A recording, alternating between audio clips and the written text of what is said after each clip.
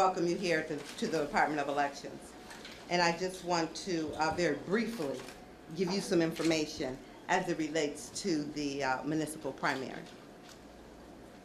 Whether one determines or decides to use a tally mark to represent a number on a worksheet or a whole number to represent such, a 5 is still a 5, and the value of the number doesn't change.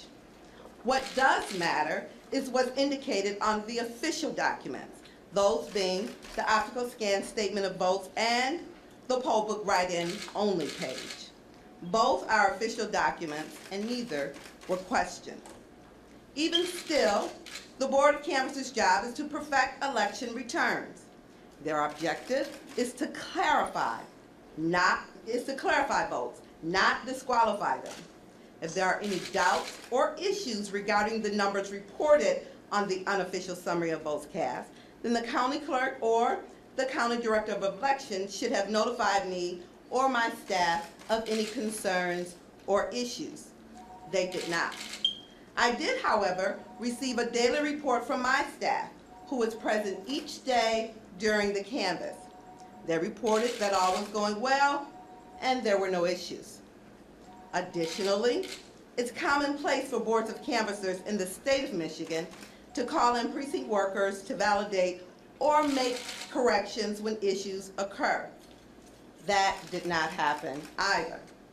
So I, like many of you, was taken aback when Ms. Anderson, Corporation Counsel for the county, waited until the absolute last day of the canvass to surprise the board with such controversial information. Information that could have easily been verified by simply hand counting the ballots. This is common practice and it removes any doubt. They did not do that. Instead, the board chose not to certify, and when that happens, it automatically becomes the responsibility of the state. I must say that I support the work done by my staff and the poll workers of the city of Detroit. We work with a spirit of professionalism and with integrity. Our goal is to administer elections as a nonpartisan entity, and I am proud to say that's what we do. It is disturbing, however, that one would attempt to disqualify any vote that is cast by the people, as it smacks democracy right in the face, the very principle by which this country was found. In conclusion, please note, I have not much more to say on this matter, as this should not be about me and my work, but rather the work of the Wayne County and their Board of Canvassers. As far as I'm concerned, our work was done August 6th. Thank you very much. One or two questions only. Quick question. Explain the difference between, Janice, the handwritten notes, the numbers that were written, and the hash marks. Just walk us through. The tally marks or the hash marks are not one required by law. But we do suggest that our poll workers use them as a placeholder, if you will, so that they don't lose count. It is simply work shown. It's like a draft, if you will. I'm a math teacher, for me, that's just the work that you show. Your sloppy copy, if you will.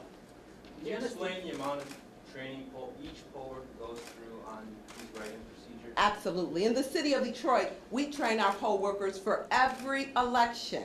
For every election, we train our poll workers. Our poll workers are trained at Wayne County Community College, all 3 campuses in the city of Detroit. It is required that they are trained, and our training goes anywhere from 2 hours to 15 hours, 1 day to 3 days for each poll worker, depending on their classification. Last question? Was it the independent IT firm Pi Management? Were they the ones that used the hashtag? Absolutely not. So No, Was this it is just widespread? precinct workers. Just some people did, some people Precinct didn't? workers, yeah. The thing is, if there's any doubt in the Board of Canvassers' mind, they should clarify that doubt by simply counting those ballots, which they have access to. Thank you very much for coming out. My work is done. These questions should be forwarded to your Wayne County clerk. Thank you very much.